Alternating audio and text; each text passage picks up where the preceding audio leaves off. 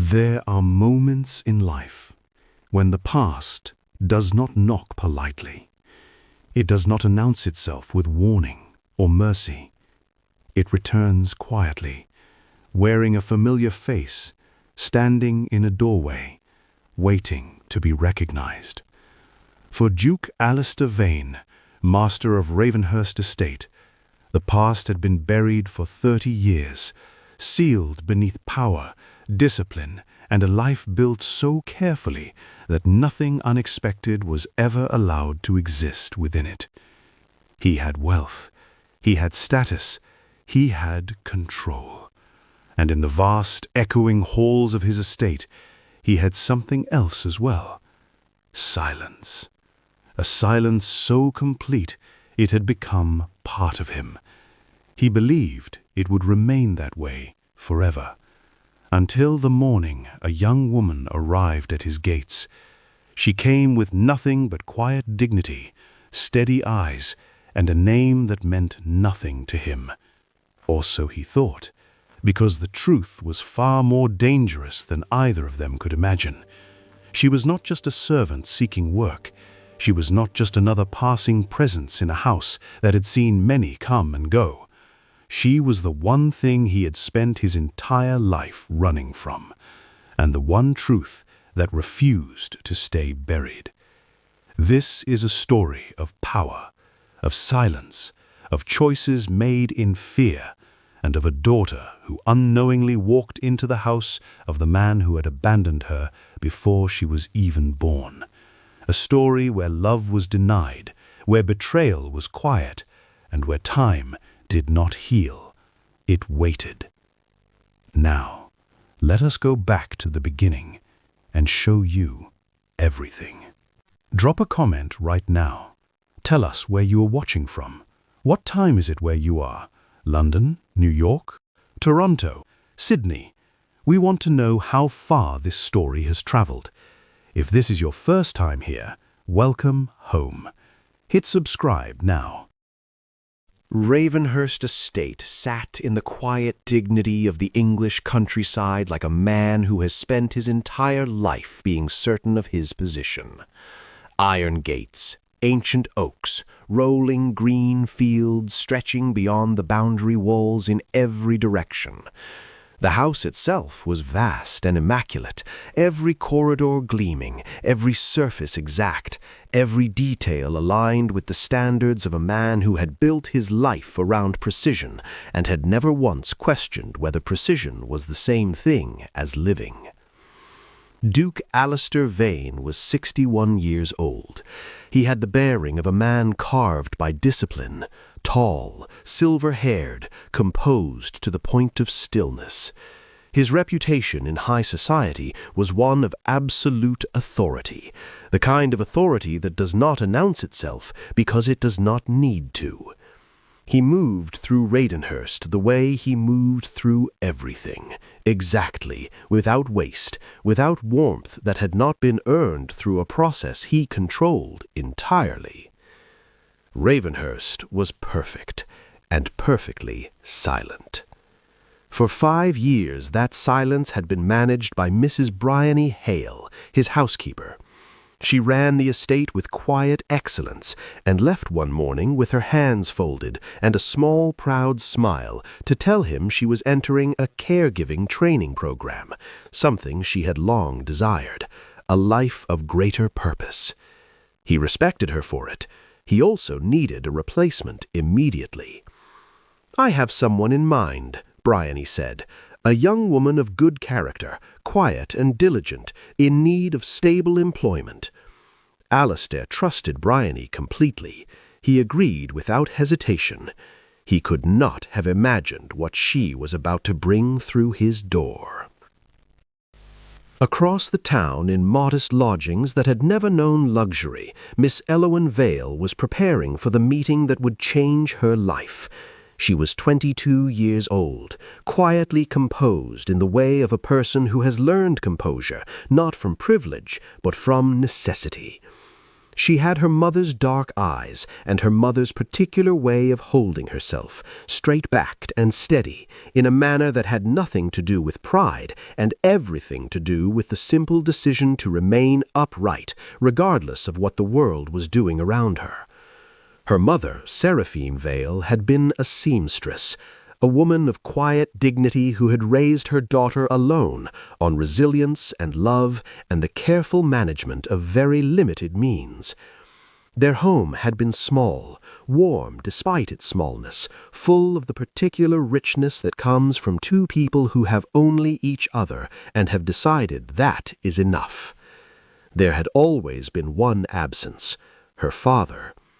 Elowyn had asked once. She was 7 years old and had noticed what other children had that she did not, and had finally put the question into words. Seraphine had paused with her needle still in her hand. His name was Alastair, she said, her voice carefully stripped of everything except the information, and he chose not to stay. It was never spoken of again. Elowyn had buried the question the way she buried everything, quietly, thoroughly, in a place she did not visit because visiting it served no practical purpose. When illness took Seraphine swiftly, Elowyn was 16 and her mother was gone in the time it takes for a life to simply stop. The question resurfaced briefly. She looked at it, she put it back down. She arranged the funeral and sorted the lodgings and found work and kept going, because there was nobody else to keep going, and stopping was not available to her. When Mrs. Hale offered her a position at a noble estate, she accepted without hesitation. Stability, purpose, a step into a world she had only ever observed from a distance. She did not know she was stepping into her past. She packed her things on a Monday morning in October. She straightened her coat. She walked to Ravenhurst. The first moment Elowyn entered the estate, something shifted. Not dramatically, not with any specific incident, simply a quality in the air of the place that felt, for a reason she could not identify and did not examine, familiar in a way that unfamiliar places are not supposed to feel. Then she met the Duke. He was standing in the entrance hall when Mrs. Hale brought her in, tall and silver-haired and composed to the point of stillness. He looked at her with the assessing eyes of a man who evaluates everything that enters his house. When their eyes met, something passed between them, a strange, fleeting recognition that neither could name. To Alastair, it felt like a distant memory brushing against his mind. To Elowyn, it felt like standing before something she should know without being able to say why. Neither spoke of it. He showed her the standards expected. She confirmed she understood them. She began the following morning. She was good at the work, better than good.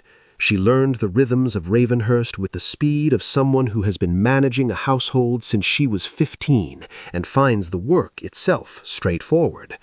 Every corridor gleaming, every meal precise, every detail aligned.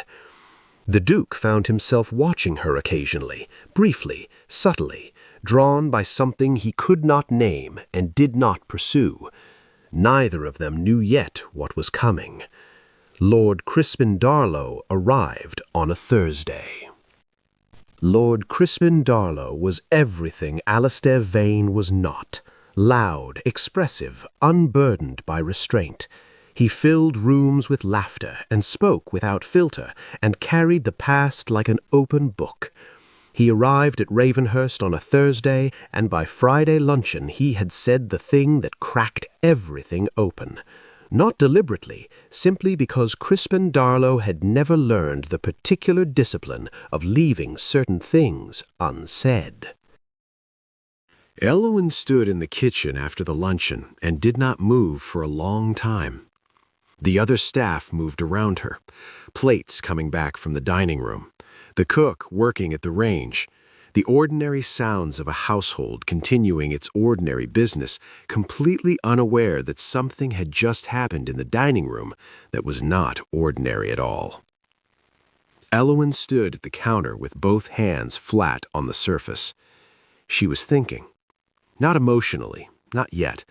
She was doing what she always did with large things, processing them methodically before allowing herself to feel them, taking the information apart and examining each piece separately. What Crispin had said, running off after she told you she was carrying your child. Her mother's name had been Seraphine. Her father's name had been Alistair. The Duke's name was Alistair. The Duke had looked at her in that first moment in the entrance hall with an expression she had not been able to name, the recognition of something he should know, something pressing against the edges of his memory.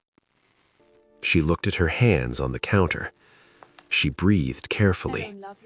Then she went back to the dining room to clear the next course. That night, Ravenhurst was quiet in a way that felt different from its usual quiet. Alistair sat in his private study for a long time without lighting the lamp. He sat in the dark with Crispin's words moving through him and the face of the young woman who had been standing 3 feet away when those words were spoken, moving through him, and the particular feeling of a truth he had buried for 30 years, pressing up through the ground he had buried it under. He had been 28 years old. Seraphine Vale had been 20, a seamstress's daughter, dark-eyed and quietly intelligent, and possessed of a dignity that had nothing to do with her position. He had known her for 7 months. It had been, he forced himself to use the accurate word, significant. Not a casual arrangement, something real that he had chosen to abandon because he was the heir to Ravenhurst, and the world he had been raised in did not accommodate a seamstress's daughter, regardless of what he felt about her. When she had told him she was carrying his child, he had panicked. He had left. Not immediately, not dramatically. He had simply, over the following weeks, removed himself, reduced contact, invented obligations, made himself unavailable in the particular cowardly way that does not require a confrontation because it never produces one. He had told himself she would manage. He had told himself she would be fine. He had never checked. He rose from the chair and took the lamp and went to the storage room at the end of the east corridor, a room he had not entered in decades. He found the box he was looking for on the 3rd shelf, dusty, undisturbed. Inside, remnants of a different life, letters he had not opened, including one in handwriting he recognized immediately. Seraphine. He sat on the floor of the storage room with the letter in his hands and felt the particular weight of a man reading something he should have read 30 years ago. The truth had found him. It had walked through his front door on a Monday morning in October with dark eyes and a straight-backed composure that he recognized now with complete clarity. His mother's posture, Seraphine's eyes, his own silence in the bones of her face. The following morning, he requested Elowen's official documents under the pretense of formalizing her employment. When he saw the name Seraphine Vale on her birth record, the last possibility of doubt closed. Elowen was his daughter. Elowen found the portrait on a Wednesday afternoon. She was cleaning the Duke's private study, a task she performed weekly with the precise care the room required, when she moved a stack of documents on the corner shelf and found it. A small framed portrait, 3 young figures, a summer setting, informal in the way that portraits are informal when they are not commissioned but simply captured. She looked at the first figure, Crispin, younger but unmistakable. She looked at the second, a young man, dark-haired, before the silver, before the years had carved his face into what it was now, but the eyes were the same, the posture was the same. Alistair. She looked at the third figure, her mother. Seraphine Vale, at perhaps 20 years old, dark-eyed and quietly composed, and entirely herself in the image, standing beside the young man who would become the Duke of Ravenhurst with the particular ease of someone who does not yet know what is coming. Elowen looked at the portrait for a long time. Everything aligned. The truth was no longer a question. She replaced the portrait exactly where she had found it. She finished cleaning the study. She went to make the Duke's afternoon tea. She carried it to the study on the correct tray with the correct arrangement and set it before him and straightened and looked at him directly for the first time since the luncheon. He looked back at her. They looked at each other across the desk of Ravenhurst, with the portrait on the shelf between them and 30 years of silence filling every inch of the room. "Will that be all, Your Grace?" Eloin said. "No, it will not," Alistair said quietly. They both were carrying the same truth. He had known it for 3 days. She had known it for 2. Neither had spoken it. The particular discipline of a man who had spent 61 years controlling everything he said was about to meet the particular composure of a woman who had spent 22 years burying the one question she most needed answered. Something was going to have to give. It was going to be him. Alistair told her everything.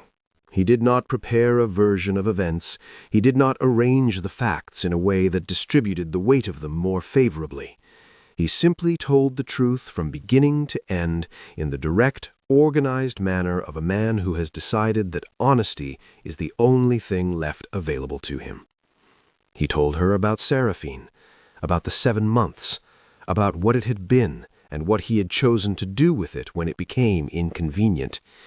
He told her about the letter he had not opened for 30 years sitting on the shelf in the storage room. He told her that he had received documents confirming what he already knew and that she had a right to that confirmation directly from him rather than from paperwork. He told her he was sorry. Not as a performance, not as a man seeking absolution, as a man stating a fact that he understood was insufficient, but that was true regardless of its insufficiency. Eloin sat across from him and listened to all of it. She sat completely still in the chair on the other side of his desk, in the posture she had inherited from a woman he had abandoned 30 years ago, and she listened without interrupting and without expression, and when he finished, she was quiet for a long moment. Then she spoke.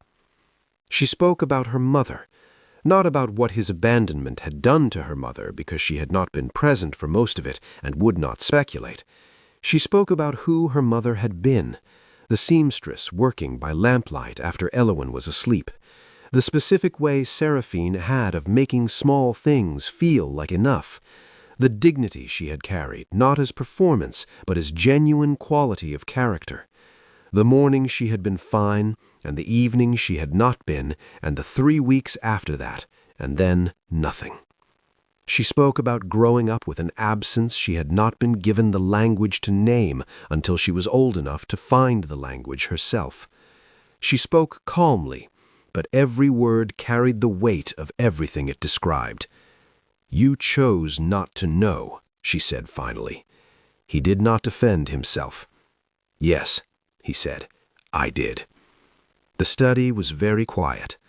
Outside Ravenshurst, the English countryside continued in the particular indifferent beauty of a landscape that does not adjust itself for human difficulty. "I do not forgive you," Eloin said. "I want you to understand that clearly. I am not in a position to forgive you today, and I will not perform forgiveness because it is expected." "I do not expect it," Alistair said. "Good," she said. She looked at him. He looked at her.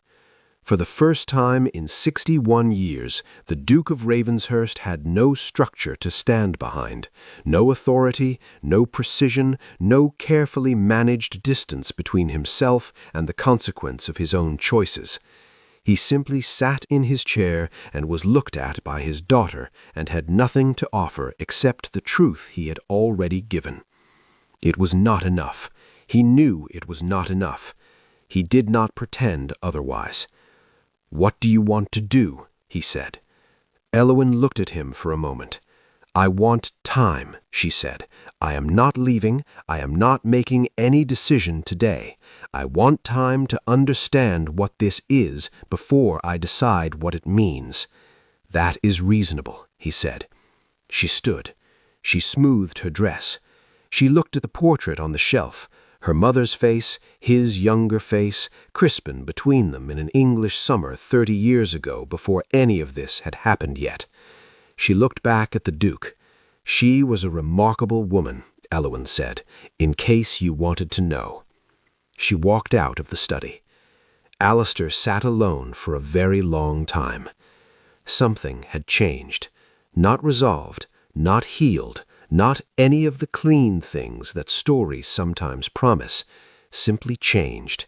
The lie of 30 years had been replaced by the truth, and the truth was harder and more real, and the only thing either of them had left to build anything from.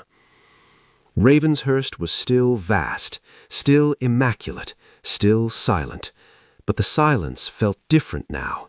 It felt like something that was waiting, rather than something that had simply given up.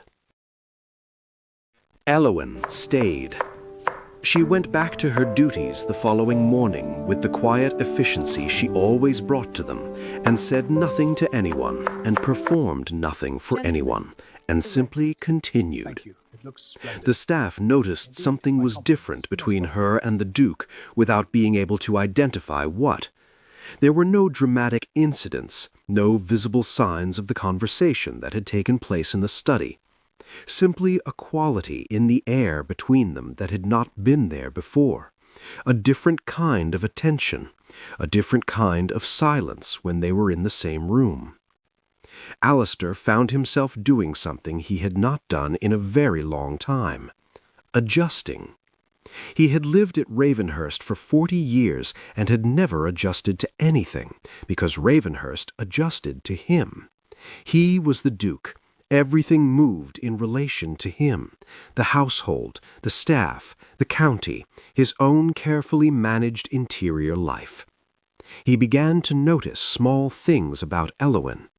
The way she organized the library when she cleaned it, not just dusting, but actually reorganizing in a way that made logical sense, that his previous housekeeper had never thought to do. The specific efficiency of how she managed the kitchen supplies, reducing waste in a way he observed in the accounts without having directed it. The way she spoke to the younger staff members, not with the authority of a senior position, but with the directness of someone who has been doing this work for a long time and respects the work regardless of its station. He began leaving books in the library that he thought she might find interesting. He did not acknowledge doing this. She did not acknowledge finding them. But they disappeared from the shelves and came back days later exactly replaced, with a specific care that told him they had been read. On a Thursday morning, 2 weeks after the conversation in the study, Crispin found Alistair in the corridor outside the library and stopped. "You are hovering," Crispin said. "I am not hovering," Alistair said. "You have walked past that door 4 times in the past 20 minutes, Crispin said. "That is hovering." Alistair looked at him. "She knows," he said. Crispin was quiet for a moment. "How?" "You," Alistair said. Crispin had the decency to look uncomfortable. "I did not know she was—" "I know," Alistair said. "How is she?" Alistair looked at the library door. "She is remarkable," he said. "She is entirely her mother's daughter, and I mean that as the most significant thing I have said in 30 years. Crispin looked at his old friend, at the man he had known since they were boys at Ravenhurst, at the 61 years of precision and restraint, and the particular loneliness of a man who had built everything and protected himself from everything, and ended up inside his own perfection like a room with no door. "What are you going to do?" Crispin said. "Something I should have done 30 years ago," Alistair said. He walked to the library door. He knocked. Elowen looked up from the shelves when he came in. She waited. He stood in the doorway of the library of Ravenhurst with his hands behind his back, and the particular difficulty of a man who knows what he wants to say and has not yet located the words for it. "I want to make a formal change to your position," he said finally. She looked at him. "You will not remain in this house as a servant. You are my daughter.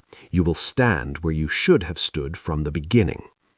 He told her what he was offering: education, a formal role in the estate affairs, involvement in the management of Ravenhurst, eventually inheritance. Not as compensation, he was careful to say, not as payment for a debt he understood could not be paid, as acknowledgement of what she was, of what she had always been, of what he had chosen not to know for 30 years. Elowyn listened to all of it. Then she said, "I need time." "Of course," he said. She looked at him. "I am not saying no. I am saying I need to think about what it means to say yes." He nodded. He left the library. She stood at the shelves and looked at the books he had been leaving for her. She took one down, opened it, read the first page. She put it under her arm. She went to her room. She sat at the small desk in her room and thought for a very long time. She had come to Ravenhurst as a servant. She had found her father. She had told him the truth and heard his. She had been offered something she had not been offered before. Not luxury, not position, acknowledgement. The simple, irreversible acknowledgement of what she was. She thought about her mother, about what Seraphine would have said. She thought she knew. She came back 3 days later, not as a maid, as herself, and she said yes. She came back on a Sunday morning. She walked through the gates of Ravenhurst in the same coat she had worn on the Monday morning she arrived, and she walked up the same drive and through the same door and into the same entrance hall. Everything was the same, and nothing was the same. Alistair was in the entrance hall. He had not arranged to be there. He had simply been there when she came through the door in the particular way of a man who had been finding reasons to be near a door without admitting it to himself. She looked at him. He looked at her. "I accept," she said. He nodded once. "Good," he said. Neither of them performed the moment. There was no embrace, no dramatic declaration, no rushing together across a marble floor. They were too alike for that, both of them having spent their lives managing large feelings through composure, and neither of them ready to abandon that composure entirely simply because the situation warranted it. But something happened in that entrance hall that was real. The particular quality of two people who have arrived at an understanding, settling into the space between them. Not warmth yet, not the easy warmth of people who have known each other long enough. Something earlier than warmth, the beginning of it. The acknowledgement of what they were to each other. The weeks that followed were not simple. Real things are not simple. There were days when the distance between them felt insurmountable, when Alistair's precision and control made conversation feel like navigating a house with no soft surfaces, when the 30 years of his absence sat in the room with them and could not be ignored. There were days when Elowyn did not want to be in the same room with him at all. When she went to her new rooms in the East Wing and sat at the desk and thought about her mother and felt the particular complicated feeling of being given something she had always wanted by the person whose choice had ensured she never had it. She felt both things. She did not pretend otherwise. Alistair stopped pretending too. This was the most significant change at Ravenhurst. Not the formal adjustment to Elowyn's position, not the gradual introduction of her to the estate affairs, not even the specific morning in November when he showed her the letter Seraphine had written and watched her read her mother's words in her mother's handwriting. The most significant change was simply that Alistair Vane stopped performing certainty. He began to say, quietly, without drama, when he did not know something, when he had been wrong, when he was uncertain about how to proceed. The staff noticed. They did not comment, but they noticed. Crispin noticed. "You are different," Crispin said, on a visit in December. "Yes," Alistair said. "Is it better?" Alistair thought about this for a moment.